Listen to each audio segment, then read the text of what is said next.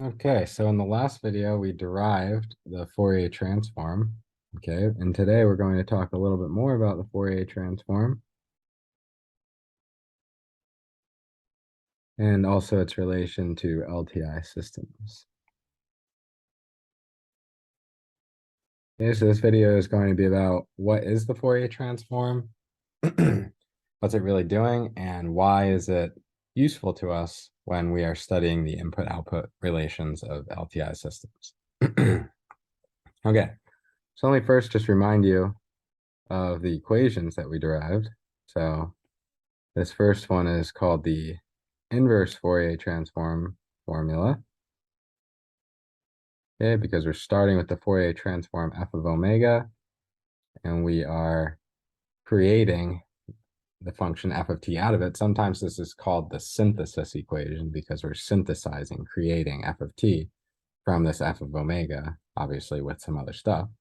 And the other kind of formula in this pair is the Fourier transform formula, which we're given f of t, and we want to find the Fourier transform f of omega, we can use this formula. Okay, sometimes this is called the analysis equation because we're analyzing f of t in order to obtain the Fourier transform. Okay, so that was the Fourier transform. How about the Fourier series? Let's just compare because we derive the Fourier transform from the Fourier series. There's bound to be similarities. Let's just remind ourselves what these equations look like. Okay, and then the Fourier series coefficients.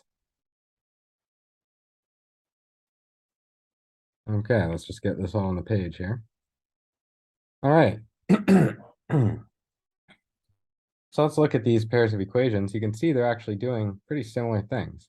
In the top equation, we are creating f of t out of, in this case, a big sum, here a big integral, which is sort of like a big sum, of other things. What are those other things? Well, in both cases, they're complex exponential signals. Okay, in the Fourier series case, we see that all of those complex exponential signals have frequencies that are integer multiples of some fundamental frequency. In the Fourier transform case, that's not true because there is no fundamental frequency. Fourier transform can work for aperiodic functions. Okay, so there might not be a fundamental frequency. And so what we have to do is have an integral because who knows what frequencies we'll need. Okay, we have to be able to go over all the possible frequencies, all the omegas.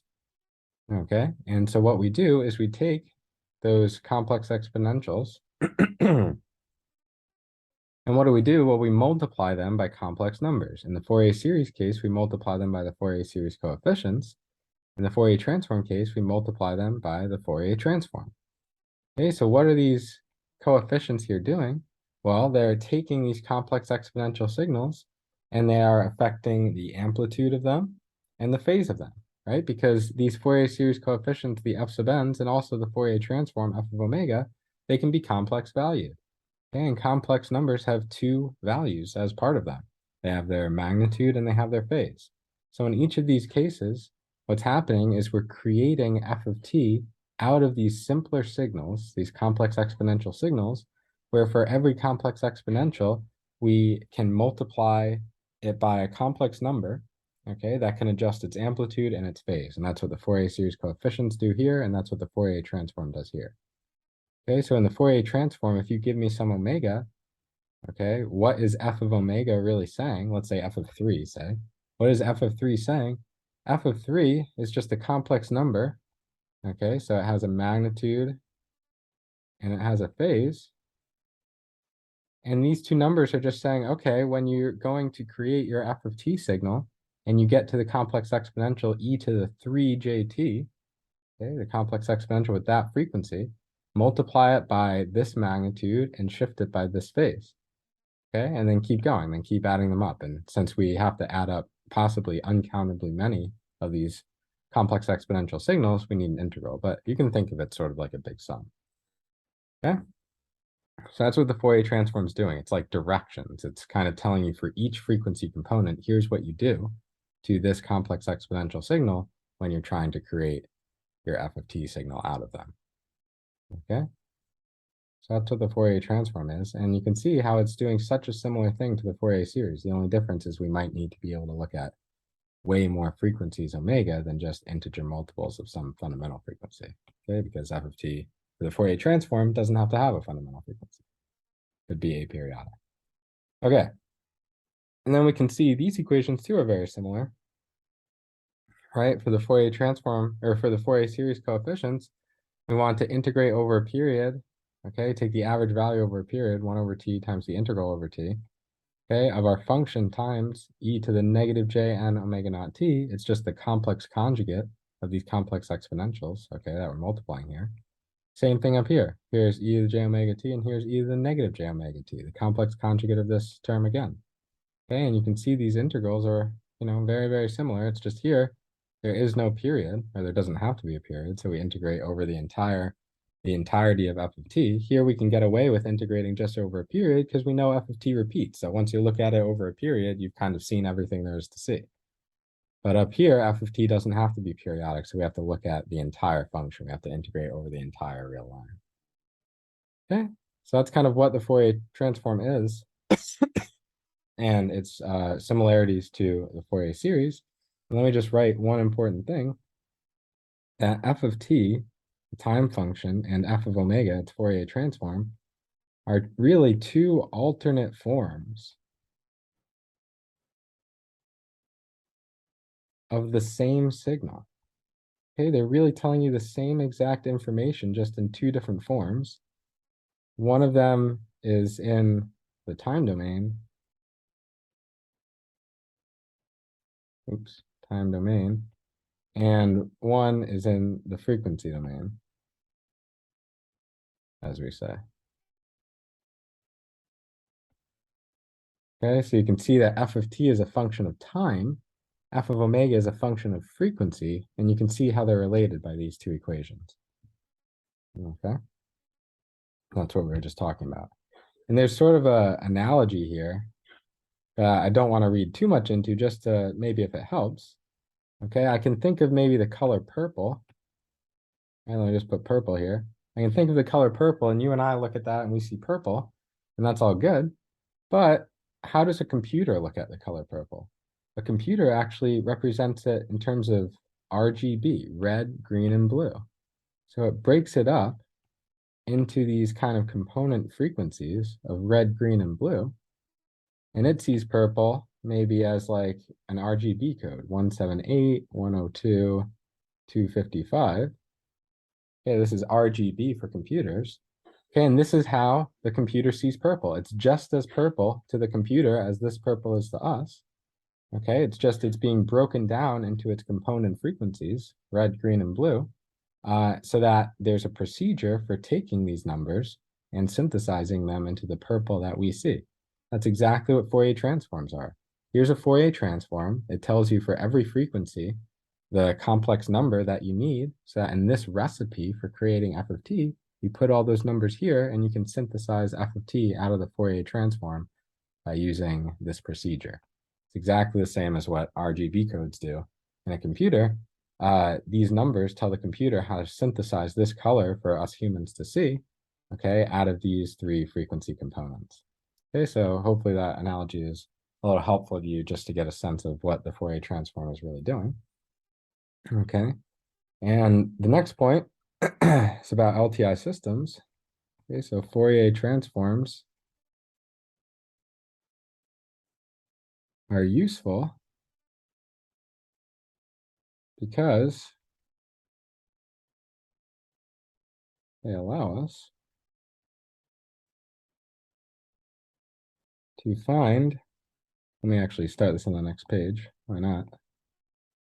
Are useful because they allow us to find the outputs to Lti systems from aperiodic inputs. We've already talked about this, I just want to make sure it's in writing. From aperiodic or non-periodic inputs.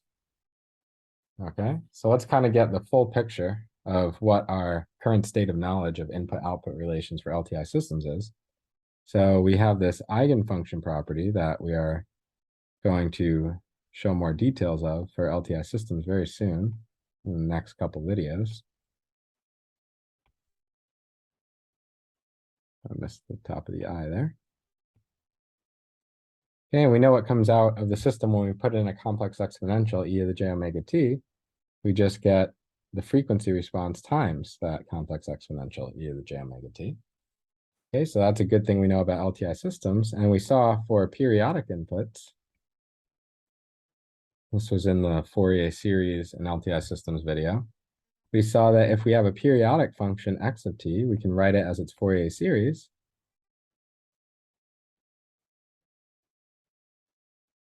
And when we put that into our LTI system, we know it's LTI from the top, I'll just write h of omega. Okay, then we get an output y of t that is also a Fourier series. It's also periodic. And this is what we get. That was from a previous video. Okay, so if I just gave you an arbitrary periodic signal and said, what's the output from this LTI system, and you didn't have Fourier series, it would be a difficult thing to answer.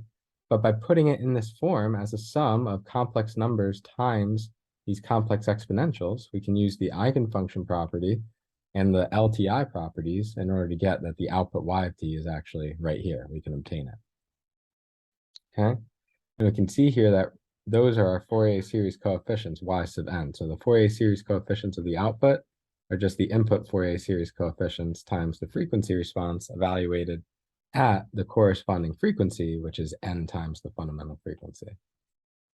Okay, but that was for periodic signals. What about for aperiodic signals? The signals that are not periodic. What do we do? Well, this is where Fourier transform comes in. Okay, maybe I'll say for aperiodic inputs. This is where the Fourier transform comes in, okay, because we can write x of t now using this equation, right? We can represent it as sort of like a big sum. It's an integral, sort of like a big sum of these coefficients times these special complex exponential signals again. Okay, and that's going to be really useful because we're going to do a similar thing as with Fourier series. All right, the Fourier transform of x, e to the j omega t d omega. Okay, that goes into our LTI system. And what comes out is y of t. Okay, and what should come out? Well, again, we're kind of using these properties of linearity, okay, where we send this complex exponential signal through, and then we multiply it by these constants, so we know what comes out then. And then the same way we derive this integral from a big sum, we can do that for the output as well. And the output should just be the same big integral of all the outputs I get from each of these terms. So I'll have the 1 over 2 pi by linearity, an integral, and then x of omega. And then what's the output from this e to the j omega? Well, it's right here, h of omega times e to the j omega t. E to the j omega t d omega. Okay, and so similar to Fourier series right there, that must be the Fourier transform of our output, right? Because when I have something of this form, and I have a function of omega there, that's the Fourier transform of my signal, x of t. So that means that this function of omega right here must be the Fourier transform of my y of t, which is y of omega. I'll just write that here. So y of omega, the Fourier transform of the output, is just the input Fourier transform times the frequency response. Okay, this is going to be a really important fact for us in this class. We'll see it again in a later video. And I'll just write here, this is the output Fourier transform. This is the input Fourier transform. And this is the frequency response.